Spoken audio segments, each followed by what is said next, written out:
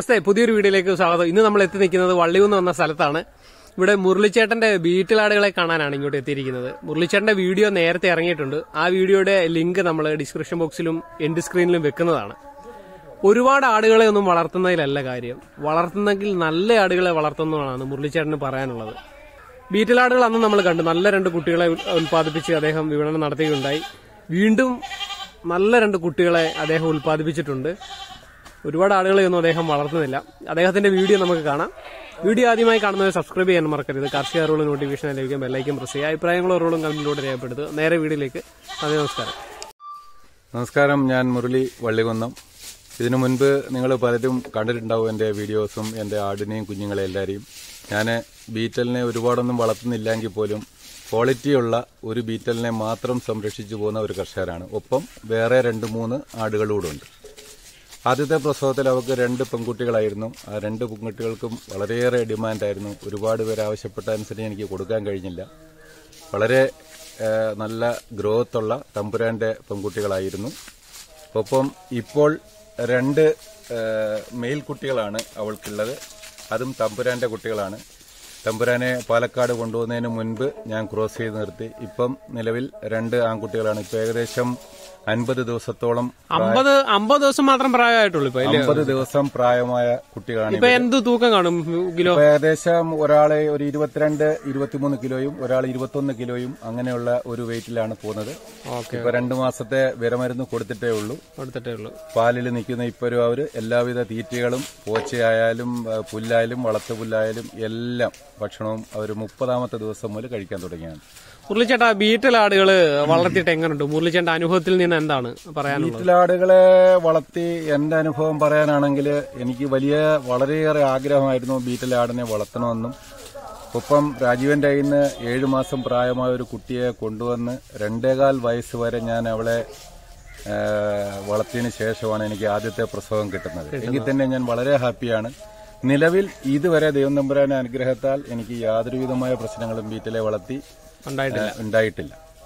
ഒരുപാട് ആൾക്കാർ പറയുന്നുണ്ട് ഇപ്പൊ ഈ അകിടി വീക്കത്തിന്റെ പ്രശ്നവും അതുപോലെ തന്നെ ശരീരത്ത് കൊഴുപ്പടിയുന്ന പ്രശ്നങ്ങളൊക്കെ ബീറ്റലാടുകൾക്ക് പൊതുവെ ഒരു കംപ്ലൈന്റ് ആയിട്ട് പറയുന്നുണ്ട്. അങ്ങനെ ഒന്നും മുരളിച്ചേട്ടൻ ഇതുവരെ ഫീൽ ചെയ്തിട്ടില്ല? ഇല്ല, എനിക്ക് ഇതുവരെ അതുപോലെ ഒന്നും ഫീൽ ചെയ്തിട്ടില്ല. തന്നെയല്ല, ഒരു നിലവാരമില്ലാത്ത തീറ്റകളോ അല്ലെങ്കിൽ അങ്ങനെ വൃത്തിഹീനമായ അന്തരീക്ഷത്തിലോ വളർത്തുന്ന ആടുകൾക്കായിരിക്കണം കൂടുതൽ. എന്നെ സംബന്ധിച്ചാലും ഞാനൊരു 4 പ്രാവശ്യം 5 പ്രാവശ്യമെങ്കിലും കൂട് വൃത്തിയാക്കുന്ന ഒരു കൂട്ടത്തിലാണ്. അവർ കിടക്കുന്ന പാലറ്റ് പോലും ഒരു 5 പ്രാവശ്യമെങ്കിലും ഞാൻ തൂത്ത് വൃത്തിയാക്കും. ഒപ്പം ആഴ്ചയിൽ 2 പ്രാവശ്യമെങ്കിലും കൂടിന്റെ അടിവശം ക്ലീൻ ചെയ്യുന്നു. അങ്ങനെയുള്ള ഒരു രീതിയിലാണ് ഞാൻ സംരക്ഷിച്ചു പോകുന്നത്. പിന്നെ വേറെ ഓരോരുത്തരുടെ അനുഭവം എങ്ങനെയാണ്. പക്ഷെ എന്നെ സംബന്ധിച്ചോളം എനിക്ക് ഇതുവരെ യാതൊരുവിധമായ ബുദ്ധിമുട്ടുകളും പ്രശ്നങ്ങളും ഇതുവരെ ഉണ്ടായിട്ടില്ല. ഓക്കെ, അതുപോലെ മുരളിച്ചേട്ടാ, എത്ര നേരം ഇവർക്ക് ആഹാരം കൊടുക്കുന്നത്? ഞാൻ 2 നേരം മാത്രമേ ആഹാരം കൊടുക്കത്തുള്ളൂ. രാവിലെ ഒരു 9 മണി 9:30 ആകുമ്പോൾ ആഹാരം കൊടുക്കും. വൈകിട്ട് 6 മണിയാകുമ്പോൾ ആഹാരം കൊടുക്കും. ഒപ്പം ഇതിനിടയ്ക്ക് വളർത്തുപുല്ല്, പോച്ച, ഇതൊക്കെ അവർക്കൊരു 3 മണിയാകുമ്പോൾ കണ്ടിച്ചിട്ട് കൊടുക്കാറുണ്ട്. അല്ലെങ്കിൽ അഴിച്ചു കെട്ടുവാണെങ്കിൽ കുട്ടികളിപ്പോ നല്ലപോലെ ആഹാരം കഴിച്ചു തുടങ്ങി. കുട്ടികൾ 30-35 ദിവസമായപ്പോഴത്തോട് ആഹാരം തുടങ്ങി. ഇപ്പൊ അവർ ഏകദേശം 2 പേരുടെ ഏകദേശം 1 കിലോയോളം തീറ്റി കഴിക്കുന്നു. എന്റെ തീറ്റക്രമം എന്ന് പറഞ്ഞാൽ ഞാൻ പരുത്തിപ്പിണ്ണാക്ക്, കടലപ്പിണ്ണാക്ക്, പച്ചപ്പുളിയരപ്പൊടി ഇതെല്ലാം കൂടെ ഉപയോഗിച്ച് ഗോതമ്പ് തവിട് ഇതെല്ലാം കൂടെ മിക്സ് ചെയ്ത് കുഴച്ചാണ് കൊടുക്കുന്നത്. വെള്ളത്തിൽ കൊടുത്ത് ഞാൻ ഇതുവരെ ഒരാടിനെയും വളർത്തിയിട്ടില്ല. അവർക്ക് കടിച്ച് തിന്നുന്ന രീതിയിലുള്ള ഒരു ആഹാര രീതിയാണ് എന്റേത്. അവർക്ക് വളരെയേറെ ഇഷ്ടമാണ്. ഒപ്പം നമ്മൾ പ്രതീക്ഷിക്കുന്നതിനപ്പുറത്തുള്ള ഒരു വളർച്ച കിട്ടുന്നുണ്ട്.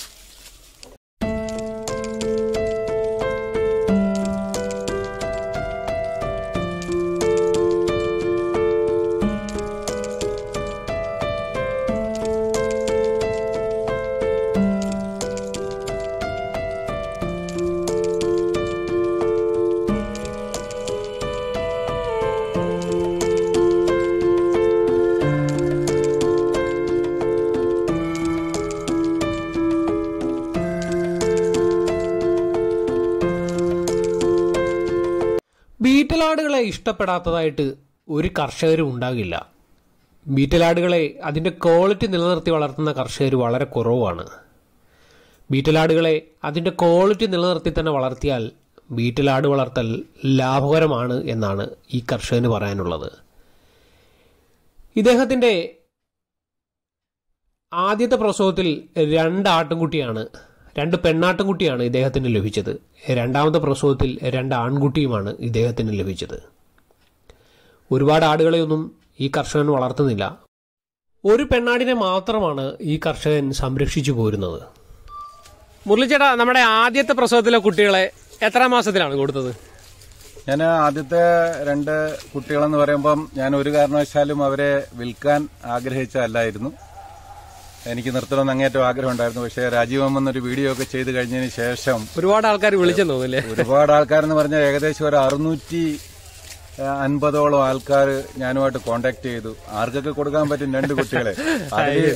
ആദ്യത്തെ 4ാമത്തെ കോൾ അറ്റൻഡ് ചെയ്ത നമ്മുടെ ഒരു കൊച്ചു പയ്യനെന്ന് തന്നെ അറിയാം, 20-21 വയസ്സുള്ള ഒരു യുവ കർഷകൻ പുനലൂർ.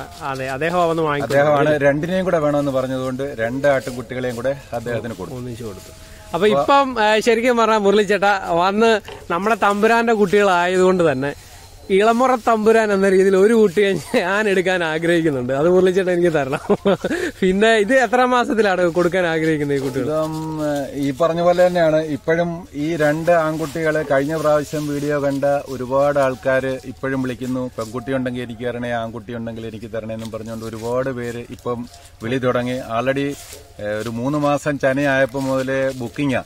എനിക്ക് തരണേ എന്നുള്ള. ഈ ബീറ്റലാട് നല്ല ക്വാളിറ്റി നിലനിർത്തി വളർത്തി കഴിഞ്ഞാൽ തീർച്ചയായിട്ടും ഓർഡർ ഇഷ്ടം പോലെ വരും. ക്വാളിറ്റി ഒപ്പം ഈ മെയിലിന്റെ ആ ഒരു ക്വാളിറ്റി. നമ്മുടെ തമ്പുരാൻ എന്ന് പറഞ്ഞാൽ അവനെ വെല്ലാന് വേറെ ഒരാടില്ല എന്ന് തന്നെ ഞാൻ പറയാം. ബീറ്റലിനകത്ത് പലയിടവും ബീറ്റലെ കണ്ടിട്ടുണ്ടെങ്കിലും സ്വന്തം അനുഭവത്തിൽ നിന്ന് കുട്ടികൾ ഇറങ്ങി മനസ്സിലാക്കിയതാണ്. കുട്ടികൾ 2 പ്രാവശ്യം കിട്ടിയ കുട്ടികളെന്ന് വെച്ചാൽ അവന്റെ തനിപ്പാകും 100% അതേപോലെ ഇറങ്ങുന്നതും. തള്ള അതുപോലെ എന്റെ കയ്യിലുള്ള തള്ള ബീറ്റലാണെന്ന് പറഞ്ഞാൽ അവള് നല്ല 2 ലിറ്ററോളം പാല് പിഴിയാൻ കിട്ടും. പക്ഷെ ഞാൻ 3 മാസം വരെ ഞാൻ പാല് പിഴിയാറില്ല. ഈ കുഞ്ഞുങ്ങൾക്ക് കൊടുക്കുന്ന ഒരു രീതിയാണ് എന്റേത്. അതിനുശേഷം മാത്രമേ ഞാൻ പാല് പിഴിഞ്ഞെടുക്കാറുള്ളൂ. എന്തായാലും ഇപ്പോഴും എനിക്ക് ആഗ്രഹം ഒരാളിനെ നിർത്തണമെന്നാണ്. രാജീവന് ഭരണത്തിന് വേണമെന്ന് പറഞ്ഞ് രാജീവൻ നിൽക്കുന്നു. അടുത്ത വേറെ 1-2 പേര് ഇങ്ങനെ വിളിച്ചുകൊണ്ടിരിക്കുന്നു, എനിക്ക് തരണമെന്ന്. ഈ വീഡിയോ ഇറങ്ങി കഴിയുമ്പോഴത്തേക്ക് ഒരുപാട് ഈ വീഡിയോ ഇറങ്ങി കഴിയുമ്പോഴത്തേക്ക് ഇനിയിപ്പോ ഞാൻ ലേലം വെക്കേണ്ടി വരും. എന്തായാലും ഒരു 4 മാസം പൂർത്തിയായി കഴിഞ്ഞതിന് ശേഷം വിൽക്കാം എന്നാണ് ഞാൻ ഉദ്ദേശിക്കുന്നത്. കാരണം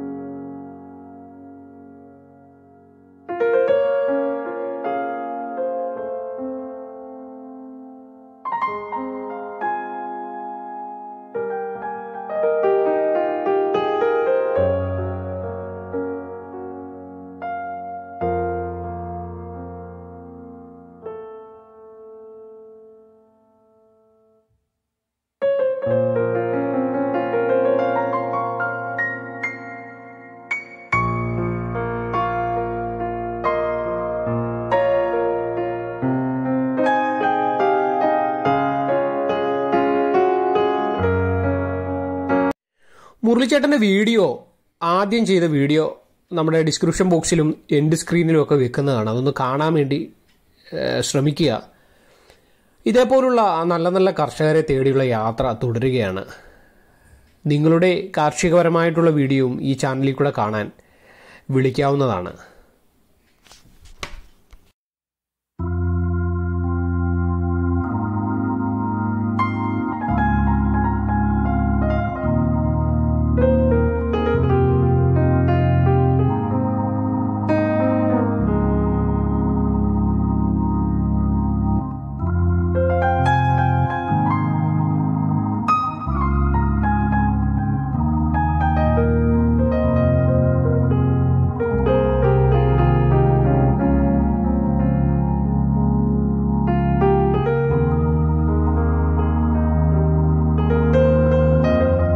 എന്നെങ്കിൽ അവന്റെ ആ പൂർണ്ണ ഒരു വളർച്ചയുടെ ഇപ്പൊ തന്നെ 56 ദിവസം അല്ലേ? ഇപ്പം 53-ാമത്തെ ദിവസം. 53-ാമത്തെ ദിവസം നല്ല ഗ്രോത്ത് ആണ്. 53-ാമത്തെ ദിവസം ഇന്നത്തെ കഴിഞ്ഞു. നാളെ 54-ാമത്തെ ദിവസം തുടങ്ങുകയാണ്. അപ്പം അവന്റെ വളർച്ചയാണ് പ്രശ്നം. അപ്പം നമ്മള് നോക്കുന്ന പോലെ ഒരു പക്ഷേങ്കിൽ നിങ്ങൾ ഈ കൊച്ചു പ്രായത്തിൽ നോക്കണമെന്നില്ല. തന്നെയല്ല, അമ്മയുടെ അടുത്ത് നിന്ന് 3 മാസം പൂർണ്ണമായിട്ടും പാലും കുടിച്ച് നല്ല പാൽ കൂടി കിട്ടിയ നല്ല ഗ്രോത്ത് വളരും. പാലാണ് അവരുടെ മുഖ്യ ആഹാരം എന്ന് പറഞ്ഞാൽ. അതായത് ആഹാരം കഴിക്കുന്നതിനൊപ്പം പാല് ഇപ്പം എങ്ങനായാലും ഒരു 2 ലിറ്റർ പാല് 2.5 ലിറ്റർ പാല് അവര് മാറി തിരിച്ചും കുടിച്ചോണ്ടിരിക്കുകയാണ്. ഒപ്പം തീറ്റയും അതുപോലെ തന്നെ 2 നേരം തീറ്റ, പുല്ല്, തൂപ്പ് എന്ത് കൊടുത്താലും തിന്നുന്ന ഒരു രീതിയാണ് ബീറ്റലിനെ സംബന്ധിച്ചുള്ളൂ. അങ്ങനെ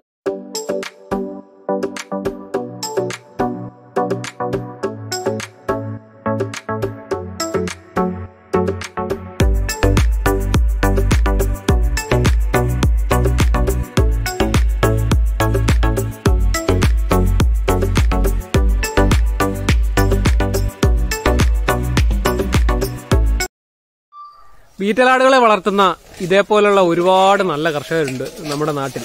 അവരെയൊക്കെ നമ്മുടെ വീഡിയോ കൂടി മുന്നോട്ട് കൊണ്ടുവരണമെന്നാണ് എൻ്റെ ഒരു ആഗ്രഹം. വീഡിയോ എല്ലാവർക്കും ഇഷ്ടപ്പെട്ടെന്ന് വിചാരിക്കുന്നു. വീഡിയോ ഇഷ്ടപ്പെട്ടാൽ ഷെയർ ചെയ്യാൻ മറക്കരുത്. വീഡിയോ ആദ്യമായി കാണുന്നവർ സബ്സ്ക്രൈബ് ചെയ്യുക. പുതിയൊരു വീഡിയോയുമായി കാണും വരെ എല്ലാ പ്രിയ സുഹൃത്തുക്കൾക്കും നന്ദി, നമസ്കാരം.